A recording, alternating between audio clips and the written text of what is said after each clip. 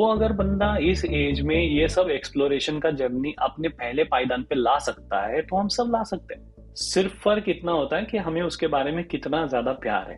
पर थोड़े दिनों में हमारा प्यार ना थोड़ा सा बदल जाता है ना, हमें वो एक्सप्लोरेशन से ज्यादा प्यार हो जाता है हमारी ईएमआईज पे, हमारे घर पे, उसके इंटीरियर पे, किसी लैपटॉप पे, किसी फोन पे। तो हमारा जो प्यार का जो मतलब जो एक्सप्लोरेशन वाला जो चीज था वो दब जाता है, इनके पीछे पाइल अप हो जाती है चीजें बहुत सारी। सपने देखो, उसके लिए लग जाओ। लेकिन हम क्या सोचते हैं, ये सब ना पॉडकास्ट, ये सब स्टोरीज ना ऐसे ही फालतू की चलती रहती है। रियल लाइफ में ना बड़ा मुश्किल है, मूवी में दिखाते हैं, सच में क्या होता है।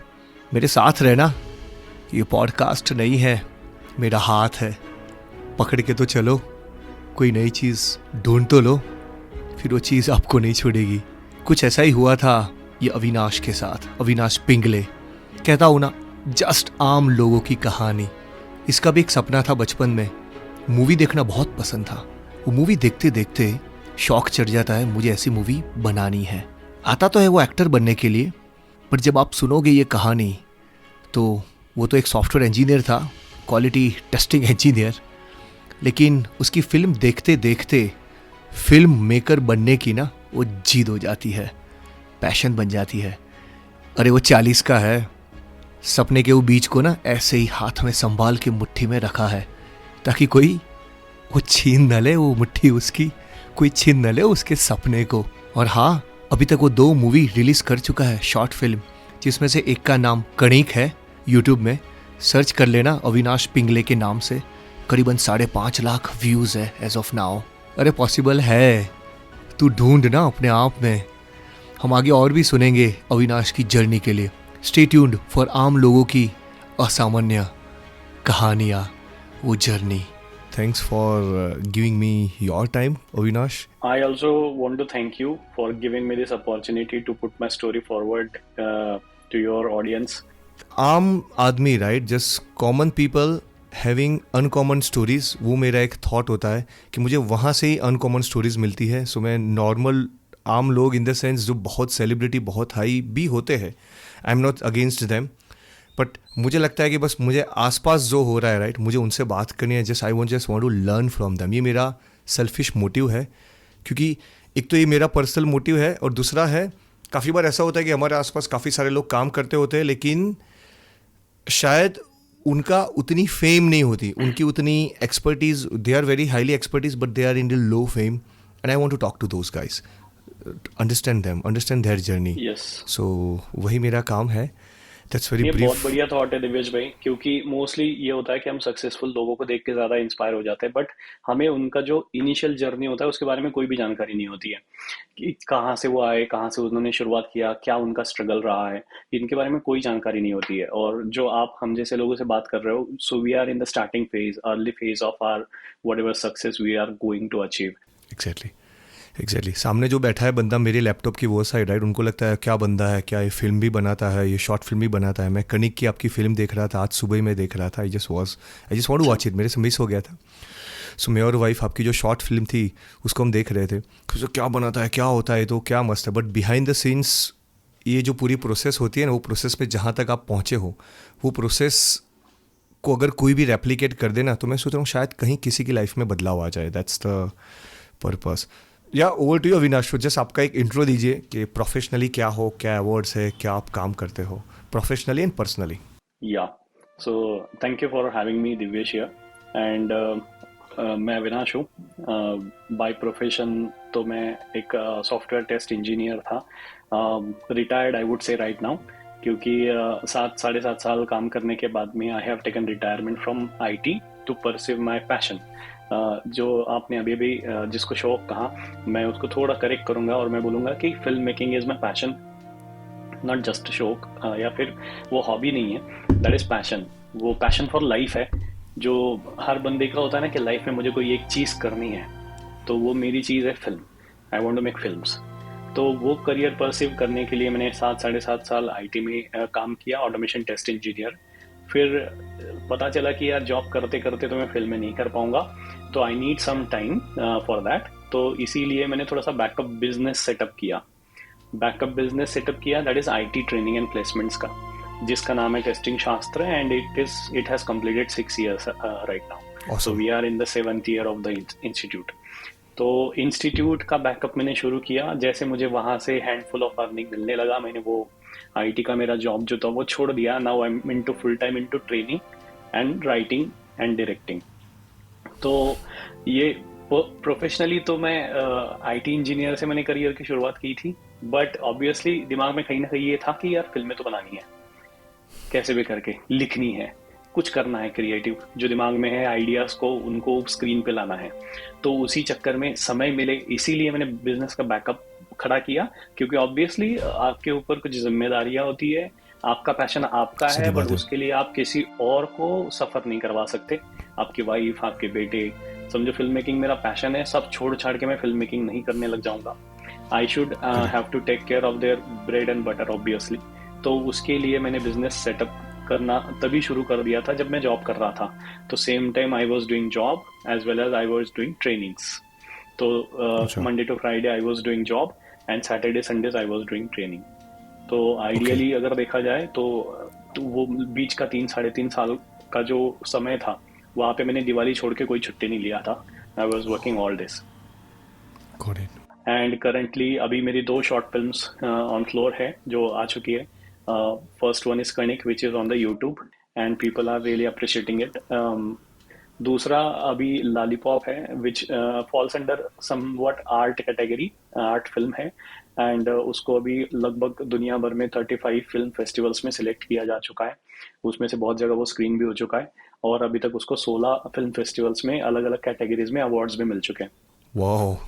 अगर मैं शुरुआत से देखूँ, राइट, मतलब आपने शुरुआत में एक लाइन बोली, मैं चाहता हूँ ये क्वेश्चन को बाद में भी पूछूं, but let me ask you now. आपने जब शुरू किया था तब आप तो टेस्ट ऑटोमेशन इंजीनियर, मतलब ऑटोमेशन टेस्ट इंजीनियर, वहाँ से आप आईटी करियर में शुरू करते हो. आपने फिल्म लाइन का बोला कि आपको फिल्में बनानी थी या फिल्म ही बनानी थी, वो एक आपका इनिशियल तो शौक था. तो वो शौक या इनिशियली कुछ सोच आई थी, राइट? किसी को भी इनिशियल तो सोच आती है, राइट? वो बीज आता है कि मुझे ऐसा तो कुछ करना है. ये कब हुआ? मतलब कोई ऐसी चीज़ थी, किससे आप इंस्पायर हुए कि आपको फिल्म में ही आना था, मतलब फिल्म मेकर ही बनना था? ऐसा कुछ मोमेंट नहीं था, कोई इंसिडेंट नहीं था आई वुड से, बट ये एक ना जर्नी थी जहाँ पे ये एक्सप्लोरेशन वाला जर्नी था, एक्सपीडिशन वाला जर्नी था आई वुड से। मतलब मेरा एक हमेशा से फिलोसफी रहा है कि जो चीज़ में मन लग रहा है ना, कर दो उसको, बस उसमें कूद जाओ, फिर बाद में इवेंचुअली यू मे क्रिएट और you may develop interest in something else. तो मेरा अगर वाह. मैं बहुत समय में पीछे जाऊँ तो I was in a 5th standard, मुझे पक्का याद है, और मैं मेरे छोटे से गांव में रहता था। तो ऑब्वियसली वहाँ पे छुट्टियाँ जो होती थी स्कूल की, तो छुट्टियों के समय में बहुत सारे बच्चे ना अपने रिलेटिव्स के यहाँ जाते थे या फिर कहीं और जाते थे। हमारे यहाँ उस समय मेला लगता था, तो मेले में सब लोग, कोई बंदूक खरीद रहा है, कोई गाड़ी खरीद रहा है, कोई कुछ खरीद रहा है, बट मैं वहां पे साल भर मेरे दिमाग में एक थॉट रहता था कि जब मेला आएगा तब मैं बांसुरी खरीदूंगा, क्योंकि मुझे वो म्यूजिकल बराबर. इंस्ट्रूमेंट से पता नहीं कैसे बट लगाव क्या काफी है? था। मैं बचपन में फिल्में बहुत देखा करता था। आई रिमेम्बर वन इंसिडेंट जहाँ पे मेरे गांव में एक छोटा सा किराना शॉप था, जहाँ मैं जाता था कुछ सामान लेने, मम्मी भेजती थी। तो वहाँ जो किराना शॉप ओनर थे वो मुझे हमेशा पूछते थे कि, मतलब वो मुझे बोलते थे Sonar, because we belong to Sonar community right. तो मुझे बोलते थे सोनार आज कौन सी फिल्म है, क्योंकि उस समय सैटरडे और संडे को फिल्में आती थी दूरदर्शन के ऊपर। तो मुझे पूछते थे कि आज कौन सी फिल्म है, तो फिर मैं उनको हाँ, बताता कि आज हाँ. कर्मा है। फिर वो पूछते थे कि बताओ कर्मा में कौन कौन हीरो है, फिर मैं बताता था कि हाँ चलो दिलीप कुमार है, अनिल कपूर है, नसरुद्दीन शाह है, ये सब लोगों के नाम बताता था। फिर वो पूछते थे कि बताओ कौन सा गाना है उसमें, तो मैं गाने की भी डिटेल्स बताता था उनको। तो वो फिल्मों का जो एंड क्रेडिट्स थे ना, उस समय में वो भी नहीं छोड़ता था, मैं वो सब पढ़ता था, क्योंकि नया नया पढ़ना सीखा था। तो मैं फिल्मों के एंड क्रेडिट्स भी पढ़ लेता था। उसमें से निर्देशक क्या होता था मुझे पता नहीं था, बट उसका नाम बड़े में आता बराबर. था। तो वो देख के लगता था कि यार ये बंदा तो कोई इम्पोर्टेंट है ना, ये दिख नहीं रहा है बट है ना, ये फिल्म में पूरी बराबर. जगह की नहीं दिखा, बट ये है, इसका नाम काफी बड़े में आ रहा है। तो वो बचपन से ही ना थोड़ा सा काफी लगाव था फिल्मों की तरफ, देखने का नजरिया काफी अलग था, मैं कोई फिल्म नहीं छोड़ता था। एक सेगमेंट चला था उस समय दूरदर्शन के ऊपर जहाँ सैटरडे दोपहर में राज कपूर साहब, लेट राज कपूर साहब की फिल्में चलती हम्म थी। हम्म, मैंने स्कूल बंक करके वो सारी फिल्में देखी है, आग से लेके उनके मेरा नाम जोकर तक की सब फिल्में, तो मैंने एक हाँ भी नहीं छोड़ा था। हाँ। और तब से राज कपूर साहब मेरे फेवरेट एक्टर है। और वहां से आप बोल सकते हो कि शायद वो इंटरेस्ट और ज्यादा क्रिएट हो गया, और ज्यादा ट्रिगर हो गया। मैं फिल्म में पागलों की तरह देखने लगा, हर चीज उसके अंदर की देखने लगा, हर शॉट, हर डायलॉग, हर वो मतलब एक्टर की स्टाइल, सब चीजें मुझे एक्टर्स के नाम से लेके सब कुछ याद रहता था। फिफ्थ स्टैंडर्ड में अगर आप बात करो तो, वो भी तब के समय जब यूट्यूब नहीं था, Doordarshan was the only source. तो वो धीरे धीरे धीरे ऑसम। धीरे बैक ऑफ द माइंड ऐसा कुछ बैठ गया कि यार ये मजेदार है ना, कुछ ये अच्छी चीज है। बट हम्म उसकी मेकिंग वेकिंग देखने को नहीं मिलती थी कभी, मतलब ऐसा कुछ था नहीं कि मेकिंग मिल तब जाए तो फिल्मों की इतना देखने के लिए, ओपनली नहीं दिखता था, हाँ। कुछ नहीं था। बट एक्टिंग में इंटरेस्ट डेवलप हो गया वो देख देख के, मैं मिमिक करने लगा एक्टर्स को, या फिर कुछ सीन्स अच्छा। को, उनके डायलॉग्स रटने लगा। वो स्कूल में परफॉर्म करने लगा जब गैदरिंग्स वगैरह होती थी। तो बराबर। इनिशियली आई थॉट कि इंजीनियरिंग तक ऐसा था कि चलो यार एक्टर बनते ना, एक्टर बन सकते हैं अपन। अच्छा, ऐसा फिर था मैंने, तब तक आपको, ऐसा हो गया था एक्टर हाँ, बनते हैं, तब अच्छा। तक तब तक ऐसा था कि एक्टर बनते हैं। फिर मैं कॉलेज के अंदर हमारे वन एक्ट प्लेज होते थे, या फिर स्ट्रीट प्लेस कंपटीशन होती थी, तो उनमें मैं पार्टिसिपेट करता था, अपने स्किट खुद लिखता था, अपनी टीम खड़ी करता था, खड़ी करने के बाद उसको डायरेक्ट करता था पूरे प्ले को।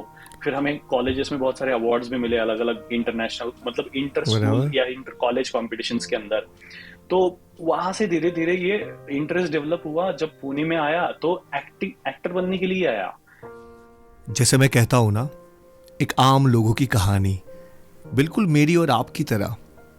मैं होस्ट और लिसनर्स आप, हमारे और अविनाश में कोई अंतर नहीं है। वो भी एक सपना लेके चलता है, मैं भी एक सपना लेके चलता हूँ, और मेरे साथ आप भी सपना लेके चलते हो। बस आगे जो होगा वो देखा जाएगा, अपना काम करते रहो। हम अविनाश की स्टोरी और आगे सुनेंगे, लेकिन मैं हमेशा कहता हूँ ये पॉडकास्ट नहीं है, नहीं तो ये ऐसी ही बातें रह जाएगी। गाड़ी चलाते चलाते, रास्ते में सुनते सुनते, स्क्रॉल करते करते थोड़ा बहुत सुन लिया पॉडकास्ट, बातें ख़त्म हो गई। नहीं, मेरे साथ चलो, मेरा हाथ पकड़ के चलो। मैं आपके बाजू में बैठ के ना ऐसे रियल एक आम आदमी की, एक आम लोगों की कहानी सुना रहा हूँ। स्टे ट्यून्ड, हम आगे सुनेंगे अविनाश क्या करता है। अभी तो उसका सपना है, जस्ट पुणे में एंटर हुआ है फिल्म एक्टर बनने का।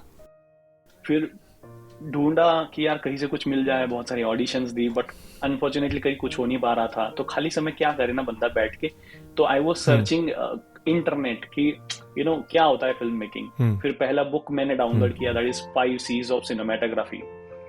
फिर उस बुक को पढ़ा, फिर समझा कि सिनेमेटोग्राफी क्या चीज होती है, फिर कैमरा किस तरह से काम करता है। फिर वहां से ना थोड़ा सा एक्टिंग छोड़ के मैं टेक्निकल साइड में ज्यादा इन्वॉल्व होने लग गया, और मजा आने बराबर लग गया वो सब बराबर। चीजें समझने में कि यार।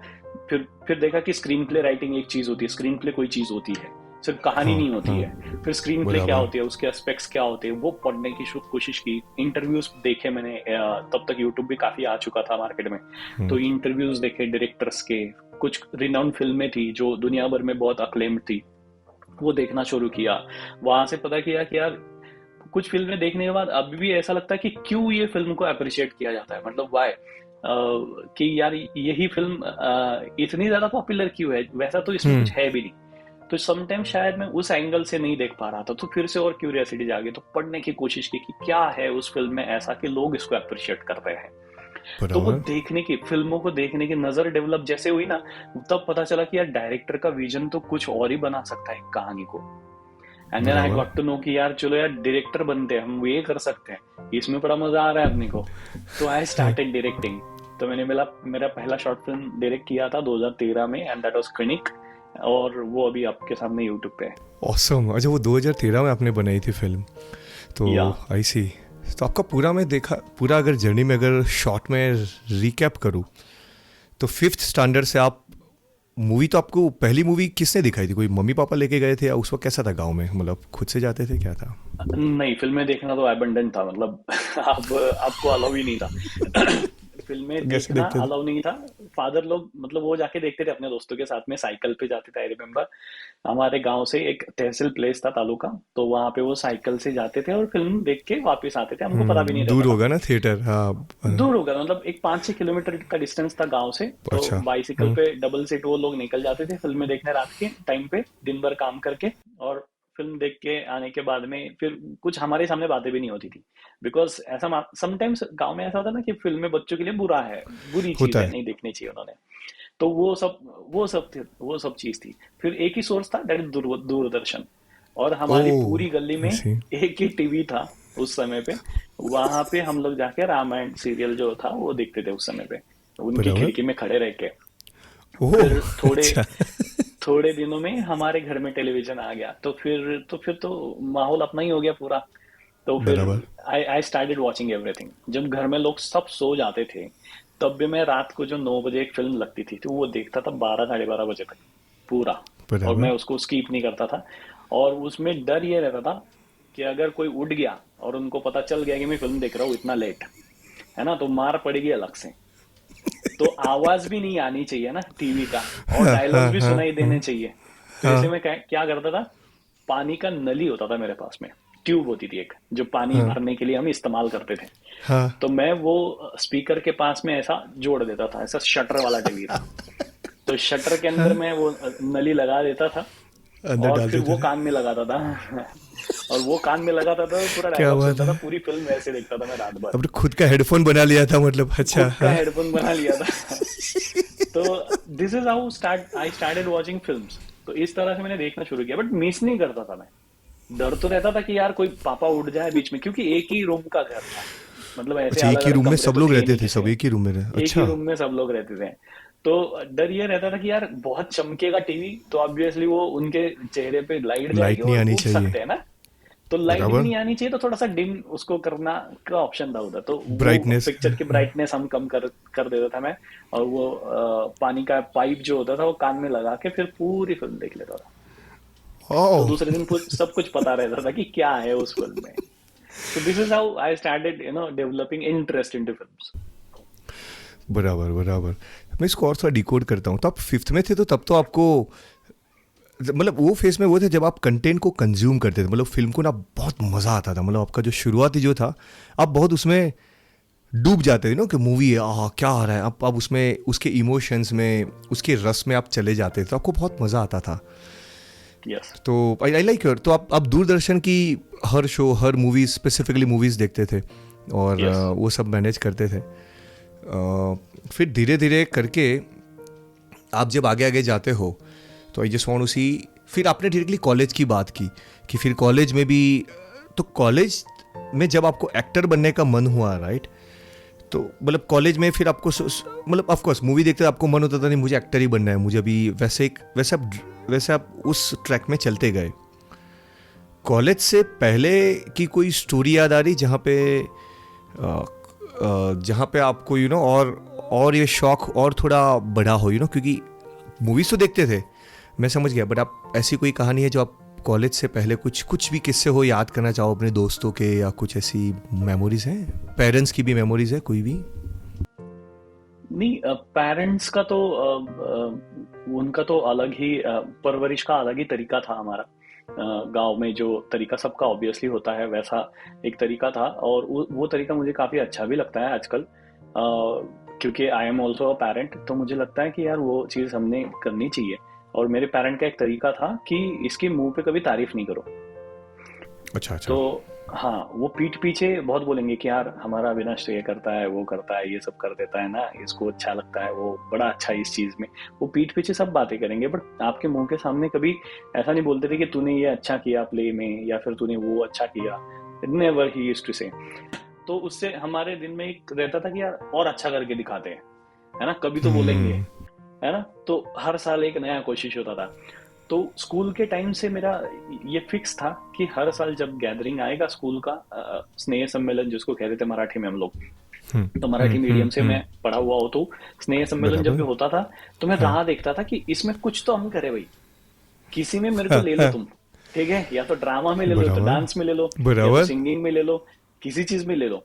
और जबकि मैं हालांकि फिफ्थ से स्टैंडर्ड में तो काफी छोटे होते हैं ना, तो बड़े बड़े जो बच्चे होते हैं 8वीं 9वीं के बच्चे, वो ड्रामा करते हैं, हाँ, प्ले करते हैं, कुछ ना कुछ डांस वांस करते हैं, तो छोटे बच्चों को करेक्ट, लेते नहीं उसमें, वो लेते नहीं है अपनी टीम में। बराबर, हाँ, तो मैं समहाउ जाके ना टीचर से रिक्वेस्ट करके, किसी से रिक्वेस्ट करके, फिर उन प्लेज में छोटे छोटे रोल्स करता था, या फिर उनकी टीम में घुसने की कोशिश करता अच्छा, था। ऑसम, फिर थोड़ा जब से सेवेंथ एट्थ में चला गया, तो ऑब्वियसली फ्री हैंड मिल गया कि हाँ चलो यार अभी तू इंडिविजुअली कर सकता है। फिर आई स्टार्टेड मैंने सबसे पहला मेरा प्ले लिखा था 8वीं में, 8th स्टैंडर्ड में। और मैंने 8th स्टैंडर्ड में अच्छा, वो खुद पूरा से प्ले प्ले लिख के, लिखा था, हाँ खुद से टेंथ प्ले में लिखा था आपने, स्क्रिप्ट लिखी थी, वाओ, 10 मिनट का पूरा स्क्रिप्ट लिखा था मैंने उस समय पे। हाँ, हाँ, उतना समय मिला था हमको, तो 10 मिनट का वो प्ले लिख के पूरा डायरेक्ट किया था। That was the first play I have directed in my entire life, जो मैंने 8th स्टैंडर्ड में किया था। और उस समय ये भी पता नहीं होता था कि प्ले लिखा कैसे जाता है, तो मैंने पूरा डायलॉग डायलॉग में लिख दिया था कि इसने ये बोला, इसने ये बोला, इसने ये बोला, समथिंग समथिंग। और फिर पता ही नहीं था कि स्टेज को कैसे इस्तेमाल करना है। और फॉर्चुनेटली मेरा स्कूल तब तक बदल गया था, तो उसमें काफी बड़ा स्टेज था ना। अचानक से फर्स्ट टाइम मैंने 8वीं में इतना बड़ा स्टेज देख लिया था। और मैंने जो पूरा ब्लॉकिंग किया हुआ था वो क्लासरूम के अंदर किया हुआ था। तो मेरे एक्टर्स को पता ही नहीं था पूरा स्टेज कैसे इस्तेमाल करते हैं, तो एक कोने में पूरा स्किट कर दिया था हम लोगों ने। तो बाद में पता चला कि यार इतना बड़ा स्टेज है, इसको तो यूज करना मांगता है। फिर 9th में 10th में गए, फिर और कुछ प्लेस किए, या फिर मिमिक्रीज की, या फिर सिंगिंग किया। तो स्टेज पे मुझे रहना था, मतलब कैसे भी करके।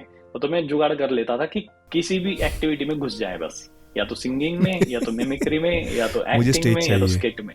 मुझे स्टेज चाहिए बस, बाकी कुछ नहीं। Awesome, awesome. तो आपकी आपकी जो अभी एक्टिविटी बोली ना कि आप कभी मिमिक्री करते थे, कभी रोल प्ले करते थे, 8th स्टैंडर्ड में खुद की स्क्रिप्ट लिख के आप कुछ प्ले करवाते हो, आप डायरेक्ट कराते हो रादर, तो मुझे देखना है। तो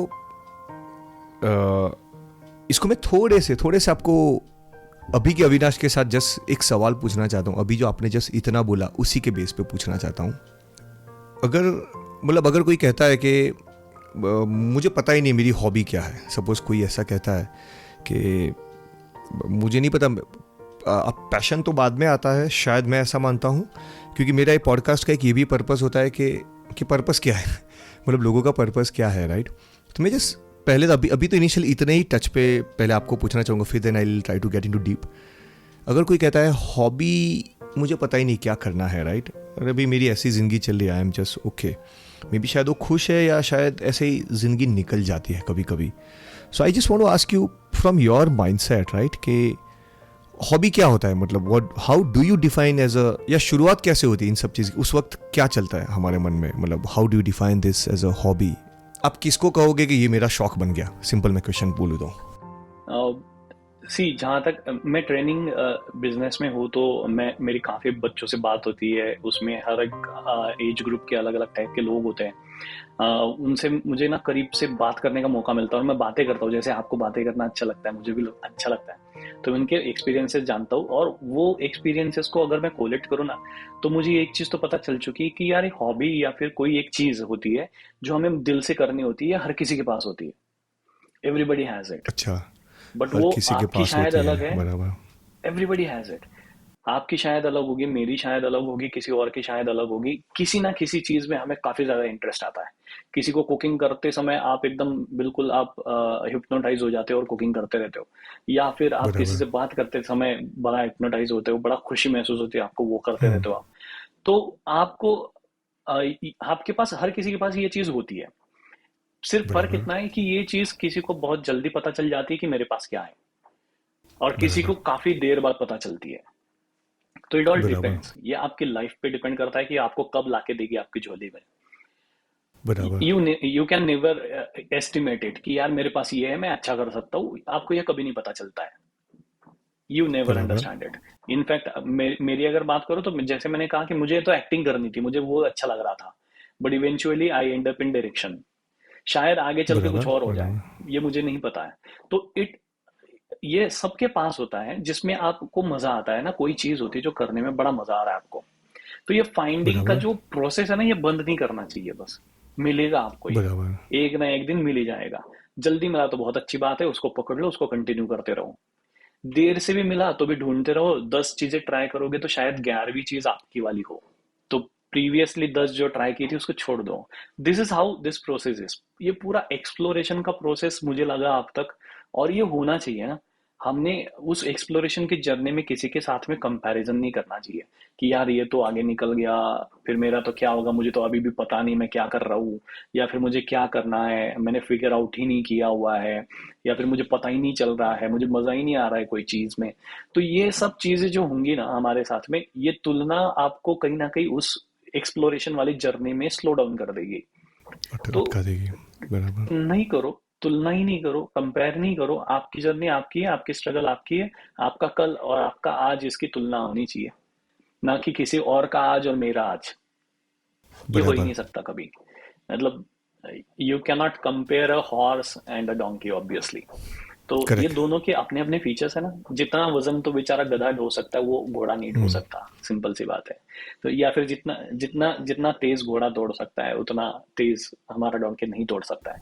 दोनों के अपने लाइकवाइज। अपने फीचर्स है, अपने अपने स्ट्रगल है, अपनी अपनी जर्नी है। So enjoy your journey.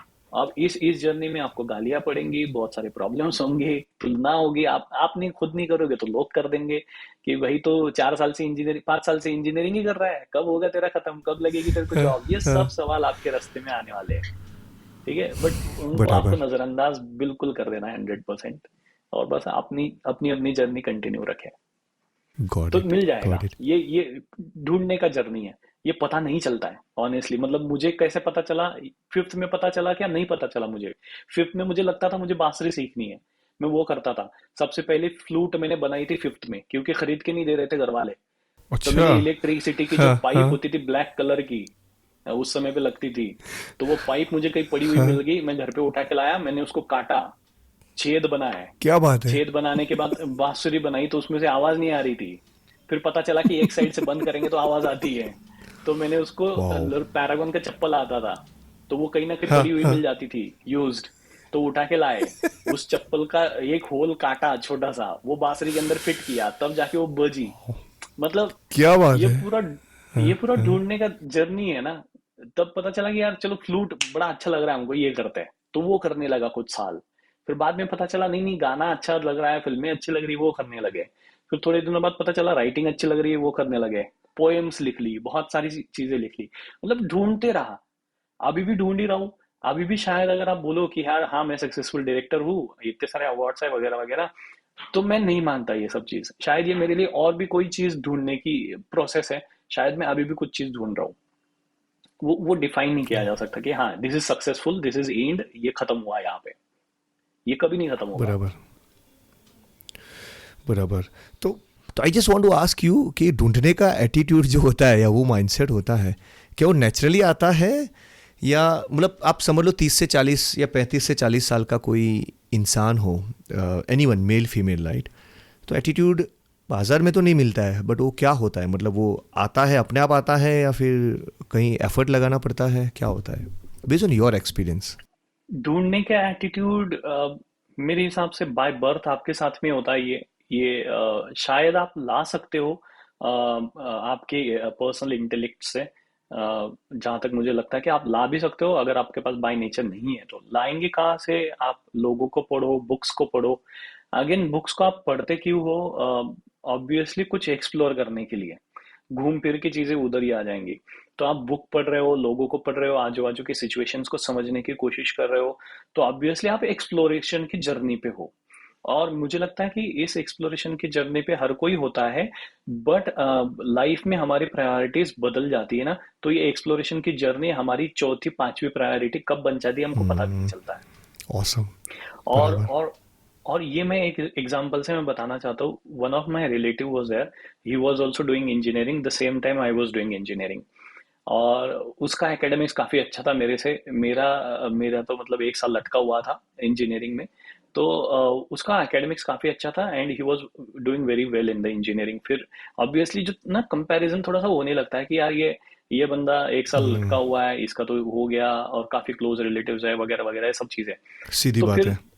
तो ना ये तुलना आपको लोगों की बातों से, उनके नजरिए से, उनकी नजर से, उनके बिहेवियर से ये आपको महसूस होती है ना।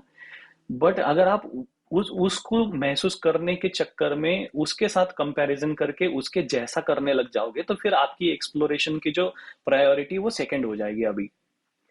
और फिर आप उसके साथ में कंपेयर करने लग गए। अभी आपने बोला कि यार मैं भी एकेडमिक्स अच्छा कर लूंगा, जो आप अच्छा नहीं कर सकते, फिर आपने पढ़ना शुरू कर दिया समहाउ। ठीक है, तो आपका एक्सप्लोरेशन का जो जर्नी था वो आपका सेकंड प्रायोरिटी बन गया या फिर थर्ड प्रायोरिटी बन गया। फर्स्ट प्रायोरिटी बन गया पढ़ाई करना है, इसके जितने मार्क्स लाने। बट अगर आप वैसा नहीं करो, आप अपना एक्सप्लोरेशन ही फर्स्ट प्रायोरिटी या सेकंड प्रायोरिटी एट मैक्स रखो, ठीक है, तो आप सम और द अदर डे आप अपने आप में ही ग्रूम होते चले जाओगे और कुछ जो आप ढूंढ रहे हो वो आपको मिल जाएगा। मतलब मेरे उस रिलेटिव से मैंने एक चीज कही थी कि तेरा क्या माइंडसेट था ना, कि जब तू पढ़ रहा था या फिर पढ़ाई कर रहा था, you are having very good academics, तो तेरा क्या माइंडसेट था, तू क्या सोच रहा था उस समय? तो ही सेड कि मुझे बस सबसे आगे जाना था। That was the only mindset he has. मतलब इन अ वे उसका भी एक्सप्लोरेशन का एक तरीका था, उसको सबसे आगे जाना था। बट जब मैंने उसको पूछ लिया कि सबसे आगे का मतलब तेरा क्या है, ठीक है, कि what is your definition of staying ahead of everybody रहने का, बराबर, तेरे लिए एवरीबॉडी मतलब कौन है? एवरीबॉडी मतलब वो 4 लोग है क्या जो तेरे फैमिली में या आसपास में, या फिर एवरीबॉडी मतलब तेरा गांव है, या फिर एवरीबॉडी मतलब तेरा देश है, ठीक है? तो वो एवरीबॉडी की डेफिनेशन उसके पास में नहीं थी। फिर उसने कहा मुझे सबसे आगे रहना था। आगे रहना था मतलब क्या? इन टर्म्स ऑफ पैसा, in terms of peace of mind, in terms of achievements, in terms of position, in terms of what? तो उसका भी जवाब नहीं था। मतलब अगर देखे तो वहां थॉट्स की क्लियरिटी बिल्कुल नहीं थी कि यार मुझे सबसे आगे रहना है। सबको नहीं पता आगे रहना है मतलब क्या, नहीं पता, बट सबसे आगे रहना है। तो समहाउ हमारी जो ये जो संज्ञा होती है ना, डेफिनेशन होती है इन सब चीजों की, वो अगर क्लियर नहीं है तो फिर आप ऐसी चीजों को प्रायोरिटी देने लग जाते हो जो जरूरी है ही नहीं। और वो आपको at the end of age पता चलती है कि यार ये मैंने फालतू में इतना साल वेस्ट कर दिया, इधर जरूरत ही नहीं थी उसकी, बर्बादी कर दी। वो समय नहीं आने वाला है अभी, ठीक है, बराबर। अच्छा वो समय चला गया तो वापस नहीं आएगा, बट आने वाले समय को आप वापस उसी जर्नी पे लगा सकते हो ना, क्यों नहीं लगा सकते? तो जैसे आपने कहा कि 30s में या फिर 40s में मैं सब चीजें छोड़ देता हूँ और वो एक्सप्लोरेशन, वो ढूंढने का जो मेरा एटीट्यूड है वो चौथी पांचवी पायदान पे चला जाता है, तो वो पहले पे भी आ सकता है ना। मेरे को एक बंदे का नाम यहाँ पे मैं लेना चाहूंगा, and his name is Mitesh ताके। उनका एज मेरे हिसाब से 40+ होगा कुछ। वो बंदा अपना सब जॉब वॉब सब छोड़ के अभी फिल्म को पूरा स्टडी कर रहा है, घर पे बैठ के खुद से बुक्स डाउनलोड करके, यूट्यूब वीडियोस देख के, इंटरव्यूज देख के, फिल्में देख के, उन फिल्मों को 10-10, 15-15 बार एक फिल्म को वो बंदा देखता है, पूरा स्टडी करता है उसका हर एंगल से। उन्होंने एक ही शॉर्ट फिल्म अपने करियर में अब तक बनाई है। बट वो अगर बंदा इस एज में ये सब एक्सप्लोरेशन का जर्नी अपने पहले पायदान पे ला सकता है, तो हम सब ला सकते हैं, बराबर। सिर्फ फर्क इतना होता है कि हमें उसके बारे में कितना ज्यादा प्यार है, बराबर। पर थोड़े दिनों में हमारा प्यार ना थोड़ा सा बदल जाता है ना, हमें वो एक्सप्लोरेशन से ज्यादा प्यार हो जाता है हमारी ईएमआईज पे, हमारे घर पे, उसके इंटीरियर पे, किसी लैपटॉप पे, किसी फोन पे। तो हमारा जो प्यार का जो मतलब जो एक्सप्लोरेशन वाला जो चीज था वो दब जाता है इनके पीछे, पाइल अप हो जाती है चीजें बहुत सारी। और ये जो पाइल अप हुआ सब चीज है ना, इसको हम साफ कभी नहीं कर पाते। मुझे मैकबुक खरीदना है, वो मेरी प्रायोरिटी बन गई, उसके लिए क्या करना है, तो मैं पैसे जमा करना शुरू कर दूंगा, फिर वही सोचता रहूंगा। मुझे आईफोन खरीदना है या फिर मुझे कार खरीदनी, लग्जरी कार, तो ये सब चीजें मेरी प्रायोरिटी बन चुकी है, बराबर। तो वो यूजुअली होता है ना, हम मैच्योर हो जाते हैं ना तो ज्यादा करप्ट हो जाते हैं। तो कहीं ना कहीं यही मैच्योरिटी हमारी मतलब वो बच्चे वाली जो खोज की जो ये होती है ना, खो जाती है, जर्नी होती है, उसको खो देते हैं हम लोग, वो प्योरनेस खो जाती है। बट वो वापस आ भी सकती है, इट इज नेवर लेट। मतलब ये कभी भी लेट नहीं है, आप वापस ला सकते हो ना। मितेश ताके अगर इस उम्र में फिल्म मेकिंग फिर से सीखना शुरू कर सकते हैं, तो हम क्यों नहीं कर सकते कोई चीज जो हमने छोड़ दी थी। मैं यहाँ पे ये एपिसोड को एंड करता हूँ। This is just part 1। ये एक फिल्म का ट्रेलर ही है, फिल्म तो अभी बाकी है। इसका एक और पार्ट 2 आएगा जिसमें अविनाश मुझे बताएंगे कैसे उन्होंने वो बिज़नेस खड़ा किया 2017 में जब वो शुरू करते हैं वो कंपनी, और कैसे वो फिल्म बनाते हैं।